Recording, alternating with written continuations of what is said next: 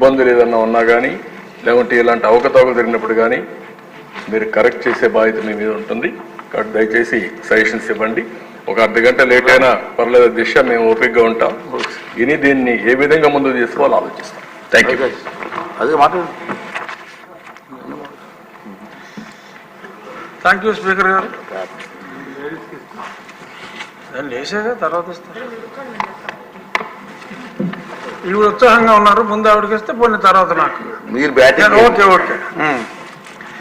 దీని మీద ఈ లిక్కర్ మీద అంటే ఆనరబుల్ స్పీకర్ గారు అవగాహన ఉన్న వాళ్ళకి అంటే నేను దీని మీద చాలాసార్లు కేంద్ర ప్రభుత్వానికి కూడా లేఖలు రాసినందువల్ల ఈ డిజిటల్ ట్రాన్సాక్షన్ చేయకుండా మొత్తం ఓన్లీ క్యాష్ అని చెప్పి చివరిలో 15 రోజుల ముందు ఎలక్షన్లు అనగా డిజిటల్ పేమెంట్లు పెడతాం.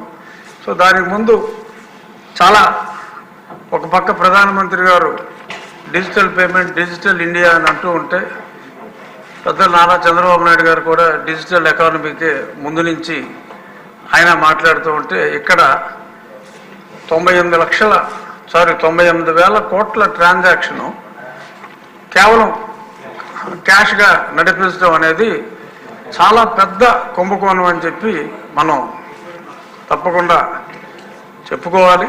మరి దీనికి పెద్దలు గౌరవనీయులైన ముఖ్యమంత్రి గారు చెప్పినట్టు మరి ఎంక్వైరీ అయితే జరగాలి. రాజకీయాలకి దీనికి సంబంధం లేదు. ఒక ప్రభుత్వంలో మరి తప్పులు జరుగుంటే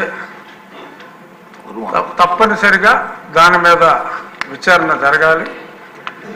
ఈ నాన్ డ్యూటీ పెయిడ్ లిక్కర్ అనేది కూడా ప్యారలల్గా ఒక అంచనా ప్రకారం అయితే కనీసం ఇక్కడ జరిగిన సేల్లో ఒక 30% నాన్ డ్యూటీ పెయిడ్ లిక్కర్ వచ్చి సేల్ జరిగిందని చెప్పి చాలామంది అంచనా. ఆ ట్రేడ్లో అంతకుముందు ఉన్నవాళ్ళు చెప్పే అంచనా ప్రకారం ఒకసారి క్యాష్ వచ్చిన తర్వాత డ్యూటీ పెయిడ్ సపరేట్గా నాన్ డ్యూటీ పెయిడ్ సపరేట్గా విభజించి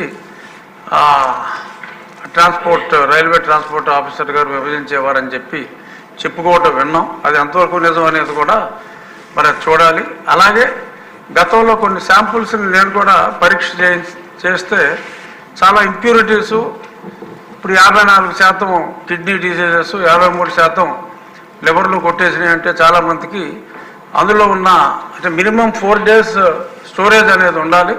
అది లేకుండా ఎప్పటికప్పుడు ఏ పూట కాపూట వచ్చినట్టు ప్యాక్ చేసి రకరకాల బ్రాండ్లతో పంపించేయటం దానివల్ల ఎంతోమంది ఆరోగ్యాలు చెడిపోయాయి అన్నది కూడా అది నిజం.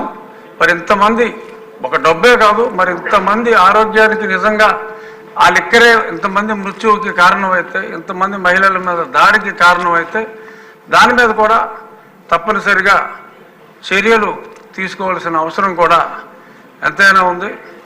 ఒక ప్రొఫెసర్ లాగా పెద్దలు చంద్రబాబు నాయుడు గారు చెప్పిన విధానం చూస్తే ప్రతి వ్యక్తికి కూడా ఆంధ్ర రాష్ట్రంలో ఉన్న ప్రతి వ్యక్తికి కూడా వారు ఎంత ఆరోగ్యం కోల్పోయారు, రాష్ట్ర ప్రభుత్వం ఎంత ధనం కోల్పోయింది అనేది చాలా చక్కగా విశదీకరించారు. ఏమో విష్ణుకుమార్ రాజు గారు అడిగినట్టు ఈ ఎక్స్ప్లెనేషన్ తర్వాత చైతన్యం వస్తుందేమో చూద్దామని ఆశిద్దాం. ఇక ముగించే ముందు రాజకీయాలకి ఇందులో ఎట్టి పరిస్థితుల్లోనూ తావులేదు. ఎవరూ కూడా రాజకీయంగా దీని గురించి చేశారని చెప్పి అనుకోరు సార్.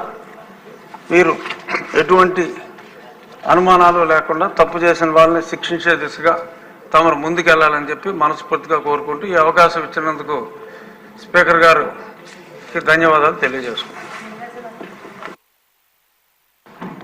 Okay madam. ధన్యవాదాలు అధ్యక్ష.